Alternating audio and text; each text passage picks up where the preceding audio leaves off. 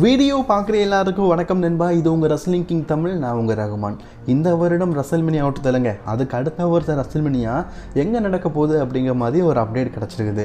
மற்றும் ட்ரூ மேக்கிண்டருடைய பிளானை WWE மாற்றிருக்கிறாங்களாம். ஜான்சனுக்காக ஸ்பெஷலாக ஒரு WWE வந்து கூட்டிகிட்டு வர போகிறாங்க. இதை தவிர்த்துட்டு பார்த்தீங்கன்னா ரே மிஸ்டீரியோ பண்ண சாதனை, ரசல்மனியாவில் இன்டர்கான்டினென்டல் சாம்பியன்ஷிப்பாக WWE போட்டிருக்கும் திட்டங்கள் சொல்லிட்டு நிறைய ரஸ்லிங் செய்திகளை பற்றி பார்க்க போகிறோம். வாங்க வீடியோக்குள்ளே போகலாம். அதுக்கு முன்னாடி சேனலுக்கு ஃபஸ்ட் டைம் வந்துருக்கோங்க, சப்ஸ்கிரைப் பண்ணி பெல் ஐக்கானை கிளிக் பண்ணி வச்சுக்கோங்க. தினமும் போகிற ரஸ்லிங் செய்திகளை தமிழ் மொழியில் தெரிஞ்சுக்கோங்க. ஃபர்ஸ்ட் செய்தி நம்ம எதை பற்றி பார்க்க போகிறோம் அப்படின்னு கேட்டிங்கன்னா ரசல்மேனியா 42. ஸோ இப்போ ரசல்மேனியாவை பொறுத்த வரைக்கும் லாஸ் வேகாஸில் நடத்துகிறாங்க. அடுத்த வருஷம் எங்கே நடத்த போகிறாங்க? ஒருவேளை இந்த வருடம் ராயல் ரம்பிள் நடத்துனாங்கல்ல, அங்கேயே நடத்துவாங்களோ அப்படிங்கிற மாதிரி சில ஃபேன்ஸுக்கு டவுட் இருந்தது. இப்போது அது தெளிவுபடுத்துகிற மாதிரி நமக்கு ஒரு செய்தி கிடச்சிருக்குது. ரசல்மேனியா 42 பார்த்தீங்கன்னா கிராசஸ் சூப்பர் டவும் அப்படிங்கிற அரீனாவில் நடத்த போகிறாங்களாம். இதுக்கு முன்னாடி இந்த அரீனாவில் பார்த்தீங்கன்னா WWE வந்து 2 முறை ரசல்மேனியா நடத்திருக்கிறாங்க. அதாங்க நம்ம ரோமன் ரெயின்ஸுக்கும் ப்ராக் லெஸ்னருக்கும் ஒரு மெயின் ஈவெண்ட்டாக ஒரு மேட்ச் நடக்குமே, ரோமன் ரெயின்ஸ் முகமெல்லாம் ரத்தம் சிந்துமே, அது ஒன்று. நம்ம டேனியல் பிரைன் வந்து எஸ்எம்இனியாவில் சாம்பியன்ஷிப்பை வின் பண்ணார்ல, அந்த அரங்கத்தில் தான் நடத்த போகிறது தான். அது எங்கே நடக்க போகுது? நியூ ஒர்லாண்டா அந்த சிட்டிக்கு பேர். ஸோ நல்லா இருக்குங்க. ஏன்னா அந்த அரங்கம் வந்து விரிஞ்ச அரங்கம், அதில் என்ட்ரன்ஸை வந்து பெருசாக வைக்கலாம்.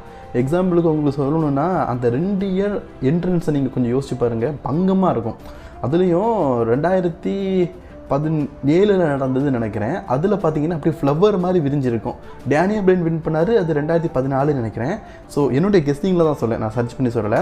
ஸோ அது வந்து பயங்கரமாக இருக்கும். எஸ்எம்இனியாவில் எஸ் போடும்போதெல்லாம் சுற்றி படக்கெல்லாம் வெடிக்கும்ல, பங்கமாக இருக்கும். அங்கே தான் நடத்த போகிறோம் அப்படிங்கிற மாதிரி சொல்லியிருக்கிறாங்க. ஸோ அஃபிஷியல் போஸ்டரை இன்றைக்கி இல்லாட்டா நாளைக்கு வந்து ரிலீஸ் பண்ணுவாங்க அப்படிங்கிற மாதிரி சொல்லப்பட்டிருக்குது. அடுத்தது பார்த்திங்கன்னா LA நைட்டுக்கு பற்றி ஒரு செய்தி கிடச்சிருக்குது.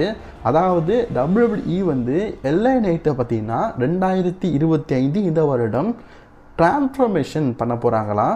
இதுக்கு முன்னாடி மிட்கார்டு சாம்பியனுக்காக மட்டுமே மோதிக்கிட்டு இருந்த LA நைட் இதுக்கப்புறமா ஹெவிவெயிட் சாம்பியன்ஷிப், அன்டிஸ்பியூட்டட் யூனிவர்சல் சாம்பியன்ஷிப்னு சொல்லிட்டு மற்ற ஹெவிவெயிட் ரெஸ்லர் மாதிரி சண்டை போட போகிறாராம்.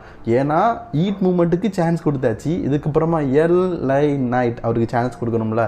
அதே போல் ட்ரூ மேக்கின்டைரை வந்து ரசல்மேனியாவில் டேமியன் பிரிஸ்ட் கூட மேட்ச் வைக்கலாம் அப்படின்னு சொல்லி WWE பிளான் பண்ணிட்டு இருந்தால் நமக்கு ஒரு செய்தி கிடச்சிது, நாமளும் சொன்னோம்.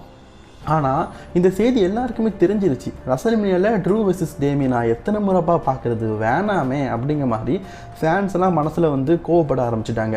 மற்றும் ட்ரூ மேக்கின்டைருக்கு ஹில்டன் பயங்கரமாக பண்ணார். அப்படி ஹில்டனை பயங்கரமாக பண்ணவரை ஹெவிவெயிட் சாம்பியன்ஷிப்பில் 3வது ஆளாக போட்டிருக்கலாமே, அன்டிஸ்பியூட்டட் யூனிவர்சல் சாம்பியனில் சேர்த்துருக்கலாமே, ஒரு டைட்டில் ஆப்பர்ச்சுனிட்டி கொடுத்துருக்கலாமே அப்படிங்கிற எண்ணம் ட்ரூவோடைய ஃபேன்ஸுக்கு இருக்குது. ஸோ இதனால் WWE பார்த்தீங்கன்னா ட்ரூவோடைய பிளானை கொஞ்சம் யோசிக்கிறாங்களாம். அதாவது ரசல்மேனியாவில் வந்து ட்ரூக்கும் டேமியன் பிரிஸ்க்குமான மேட்சை கொஞ்சம் தள்ளி வைக்கலாமே, இதுக்கு பதிலாக வேறு ஒரு ஆப்பனண்ட்டை கொடுக்கலாமே அப்படிங்கிற மாதிரி ஒரு சில செய்திகள் கிடச்சிருக்குது. அது என்ன ஆப்பனண்ட் அப்படின்னு கேட்டிங்கன்னா LA நைட் வெர்சஸ் ட்ரூ மேக்கின்டைருக்கு இதுக்கு முன்னாடி WWE அதிகமாக நடந்தது கிடையாது. ட்ரூ வெர்சஸ் டேமியனுக்கு அதிகம் முதல் நடந்ததுனால தானே ஃபேன்ஸ் மத்தியில் கொஞ்சம் நெகட்டிவ் பாயிண்ட் இருக்குது. அதுக்கு பதிலாக LA நைட்டுக்கும் ட்ரூ மேக்கின்டைருக்கும் தான் ஃபேன்ஸ் மத்தியில் கொஞ்சம் பாசிட்டிவ் எனர்ஜி கிடைக்கும்ல. அதனால் இந்த மேட்சை ரசல்மேனியாவுக்கு கொண்டு போகலாமா அப்படிங்கிற மாதிரி கூட நினச்சிட்டு இருக்கிறாங்களாம். மேபி இது நடந்தாலும் நல்லா தான் இருக்கும். ஏன்னா டேமியன் வெர்சஸ் ட்ரூ நிறைய தடவை நம்மளும் பார்த்துட்டோம். ஸ்டோரியை நல்லா கொண்டு போகலாம். பல முறை சாம்பியன்ஷிப்பை எடுக்க முயற்சி பண்ணி எடுக்க முடியலை, இப்போ இவங்க 2 பேரும் சண்டை போடுறாங்கன்னு. பட் ஆனால் LA நைட் வெர்சஸ் ட்ரூ நம்ம பார்த்ததில்லை. அப்படி நடக்கும்போது அது நல்லா இருக்கும். எலிமினேஷன் சேம்பரை பொறுத்த வரைக்கும் WWE பார்த்தீங்கன்னா இந்தியாவில் வந்து எலிமினேஷன் சேம்பர் அப்படின்னு தான் அட்வர்டைஸ் பண்ணுறாங்க. ஆனால் ஒவ்வொரு வருஷமும் ஜெர்மனில் நடத்த அப்படின்னு சொல்லி தான் நடத்துவாங்களாம். ஏன் அப்படின்னு கேட்டிங்கன்னா அதுக்கான ஒரு காரணம் இருக்குது. ஜெர்மனை பொறுத்த வரைக்கும் அவங்கள்ட்ட எலிமினேஷன் அப்படிங்கிறது நீ வெளியே போ அப்படின்னு அர்த்தமா. நம்ம எப்படி சொல்ல, ஜெர்மன் நாட்டுக்காரங்க வந்து அந்த நேரத்தில் அது ஒரு ஹிஸ்ட்ரிக்கல் போராக்கள். ஸோ அந்த சொல்லுவாங்க கிறிஸ்டினாலிட்டியில் கொஞ்சம் பிரச்சனைகள் ஏற்பட்டது, யூத மக்களை வந்து ஹிட்லர் வெறுத்தார். ஸோ அப்போ அவங்கள எலிமினேட் பண்ணுங்கன்னு சொல்லுவாங்க. ஸோ இப்போ அப்படிலாம் கிடையாது. யூத மக்கள் எல்லாருமே ஒன்றா தான் இருக்கிறோம். நம்மளாம் மனுஷன், ஒரே ரத்தம், ஒரே ஜாதி, மனுஷ ஜாதி, அவ்வளோதான் அப்படின்னு தான் நம்ம நினச்சிக்கிட்டு இருக்கோம். நம்ம எல்லாருமே அப்படி தான் நினச்சிட்டு இருக்கோம். ஸோ அதனால் அப்படி இருக்கக்கூடாது அப்படிங்கிறதுக்காக தான் அந்த எலிமினேஷன் அப்படிங்கிற வேர்டை யூஸ் பண்ணலையா. அது இங்கிருந்து யாரும் வெளியே போக முடியாது. எலிமினேஷன்னா வெளியே போன்னு அர்த்தம், இதிலிருந்து வெளியே போக முடியாது.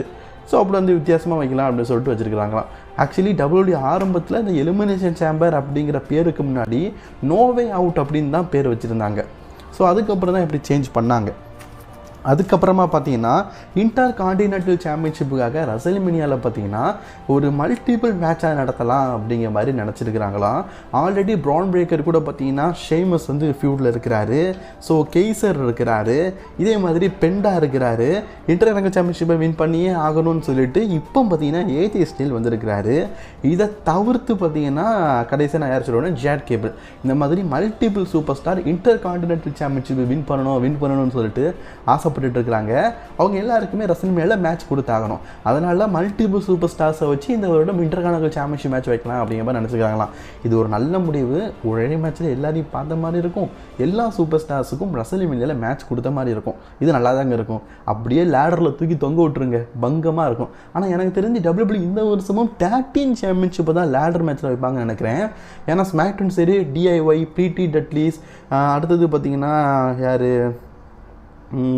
டக்கு மைண்டு வர மாட்டேங்குது, ஸ்ட்ரீட் ப்ராஃபிஸு, ஸோ எக்கச்சக்க பேர், மோட்டார் சிட்டி மிஷின் கன், இந்த மாதிரி எல்லாருமே டேக் டீம் சாம்பியன்ஷிப்பை மட்டுமே கோல் வச்சு இப்போ சண்டை போட்டுக்கிட்டே இருக்கிறாங்க.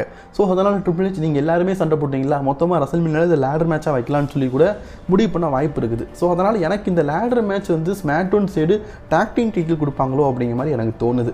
மேபி இந்த இன்டர்கான்டினென்டல் சாம்பியன்ஷிப்பை நார்மல் மேட்சாக ஒரு ஃபேட்டல் 4-way ஃபேட்டல் 5-way வச்சா கூட நல்லா தான் இருக்கும். நடத்துகிறாங்களா இல்லையா அப்படிங்கிறத வெயிட் பண்ணி பார்ப்போம். இப்போது ஒவ்வொருத்தருக்கும் ஒவ்வொரு ஸ்பெசிஃபிக் இருக்கும். செல்சி ஸ்க்ரீன் அப்படின்னு சொல்லிட்டு நம்ம சமந்தாக்கா எப்படி நம்ம செல்ஸ் ஸ்க்ரீனை கூப்பிட்றாங்களோ அதேமாதிரி ஒவ்வொருத்தருக்கும் கமெண்டர். எட்ஜுக்கு கூட ஏரட்டார் சூப்பர் ஸ்டார் அப்படின்னு ஒருத்தர் வந்து செம்மையாக கத்துவார். அதே மாதிரி ஜான் சீனாவை பொறுத்த வரைக்கும் பார்த்தீங்கன்னா அவருக்கு வந்து ஜானி ஷிமில் அப்படிங்கிற ஒருத்தர் வந்து ஒரு ஸ்பெஷல் அனௌன்சர். அவர் அழகாக சொல்லுவார் ஜான் சீனா அப்படின்னு சொல்லிட்டு அழகாக அவர் பார்த்தீங்கன்னா ப்ரொனன்சியேஷனோட கூப்பிடுவார். ஸோ அவரை வந்து இந்த வருடம் ரசல்மேனியாவுக்கு WWE வந்து ஜான்சனாவுடைய ரிங் அனௌன்சராக கூட்டிகிட்டு வர போகிறாங்களாம். ஜான்சனாவுடைய கடைசி ரசல்மேனியா சண்டை போடுறது. இந்த ரசல்மேனியாவில் பார்த்தீங்கன்னா ஜான்சனாவை பெருமைப்படுத்தும் விதமாக பார்த்தீங்கன்னா இப்படி வந்து அவரை கூட்டிகிட்டு வந்து அவர் வந்து ஜான்சனாவை இன்ட்ரடியூஸ் பண்ண மாதிரி பண்ணலாம் அப்படிங்கிற மாதிரி WWE பிளான் போட்டிருக்குதா ஒரு சில செய்திகள் கிடச்சிருக்குது. அப்படி நடந்தால் உண்மையிலேயே நல்லா தான் இருக்கும். நடத்துகிறாங்களா அப்படிங்கிறத வெயிட் பண்ணி பார்க்கலாம். ஸோ அதுக்கப்புறமா ரேமன் ஸ்டுடியோ பற்றி தான் பார்க்க போகிறோம். ரேமன் ஸ்டுடியோ பார்த்தீங்கன்னா இப்போ நடந்து முடிஞ்ச மண்டே நைட்டில் பார்த்தீங்கன்னா ஒரு லோகன் பால் கூட சண்டை போட்டிருப்பார். இது அவருடைய 1500வது திருட்டான் மேட்சா. நம்ம மைண்ட் அங்கே வடிவில் பார்க்கும்போது இது 100வது திருட்டு தலைவரே அப்படிங்கிற மாதிரி. ஸோ இது 1500வது மேட்சா. இந்த 1500வது மேட்ச்சில் ரேமன் ஸ்டுடியோ தோத்துட்டார். ரேமன் ஸ்டுடியோ இந்த வருடத்தோடு பார்த்தீங்கன்னா அவரோட ரெஸ்லிங் கெரியரை முடிக்க போகிறாராம். ஏன்னா அவர் நினச்சது எல்லாமே நடந்துட்டு தான் பையனை ஒரு மிகப்பெரிய ஆளாக்கி விட்டாச்சு. ஒரு ஹீல் கேரக்டரை எப்படி பண்ணணும் அப்படிங்கிறத பங்கமாக பண்ணிகிட்டு இருக்காரு. இதுக்கப்புறம் என்ன? ஸோ அதனால் ரேமன் ஸ்டுடியோடைய கடைசி இயராக பார்த்தீங்கன்னா இந்த வருடம் இருக்கும் அப்படிங்கிற மாதிரி சொல்லப்பட்டு இருக்குது. ஸோ அதுக்கப்புறமா நம்ம ஃபைனல் நியூஸுக்கு வந்துட்டோம். ரூசேவ் WWE பார்த்தீங்கன்னா ரூசேவை கண்டிப்பாக WWE பக்கம் தான் கூட்டிகிட்டு வருவாங்க. கூட்டிகிட்டு வரும்போது பார்த்தீங்கன்னா அவரை ஆன்டி அமெரிக்கன் கிமிக்கு அவருக்கு கொடுக்கலாம் அப்படிங்கிற மாதிரி பிளான் போட்டு வச்சுருக்கிறாங்களாம். ரூசேவை பொறுத்த வரைக்கும் ரூசே டேவுன்னு இருக்கட்டும், ஏடபிள்யூ மிரோ கிமிக்காக இருக்கட்டும், இதெல்லாம் கம்பேர் பண்ணும்போது அவர் WWEக்கு முதல்ல வரும்போது ஆன்டி அமெரிக்கனாக தான் வந்தார். ஆன்டியை கூட்டிகிட்டு அமெரிக்காவுக்கு வரல, ஆன்டி அமெரிக்கன். நம்ம லேனா கூட இருந்துட்டு அமெரிக்காவை விற்கிற ஒருத்தன், ரஷ்யா தான் பெரிய ஆளு அப்படின்னு நினைக்கிற ஒருத்தன். ஸோ அப்படிப்பட்ட கேரக்டரில் கூட்டிகிட்டு வரலான்னு நினைக்கிறாங்களாம். பட் ஆனால் இதில் ஒரு சின்ன விஷயம் இருக்குது. அப்போ வந்து லேனா வந்து அவங்களுடைய ஒய்ஃபாக இருந்தாங்க. ஸோ அதனால் வந்து 2 பேரும் சேர்ந்து நல்லா இருந்தாங்க. ஆனால் இப்போ 2 பேரும் டிவோர்ஸ் பண்ணிட்டாங்க. லேனா இடத்துல இன்னொருத்தர் தான் வைக்கணும். ஸோ அது மேபி வேறு ஒருத்தரங்களை வைப்பாங்கன்னு நினைக்கிறேன். ஆனால் ஆரம்பத்தில் ரூசேவ் பண்ண கிமிக் வந்து நல்லா இருந்ததுங்க. ட்ரிபிள் ஹெச் தான் அந்த டைமில் வச்சுருந்தாரு. கண்ட்ரோலிங் நல்லா இருந்தது, மற்றும் கிமிக்கெல்லாம் நடந்தது. பிரின்ஸ் மிக்மன் தான் பார்த்தீங்கன்னா சேட்டை பிடிச்சாலுங்க. பொண்டாட்டி புருஷனா நல்லா இருக்கியலா, உங்கள் குடும்பத்தை கெடுக்கிறேன் பாருங்கள், உன் பொண்டாட்டி அவங்க கூட சேர்த்து வை, பாபிலஸ் லேடி முத்தம் கொடு, நீ கீழே இருந்து வேடிக்கை பாரு, எப்படி நல்லா இருக்கா, இதுதான் ஃபிலிம் அப்படின்னு போட்டு வைப்பார். ஆனால் மேலே என்னத்தை சொல்ல. ஆனால் ட்ரிபிள் ஹெச்சை பொறுத்த வரைக்கும் இந்த மாதிரி இல்லைங்க, டீசெண்டான ஆள். இந்த wife matter, husband and wife matter, அவங்கள குடும்பத்தில் சண்டை போடுற மாதிரி இப்படிலாம் பண்ணணும் அப்படிலாம் நினைக்க மாட்டார்.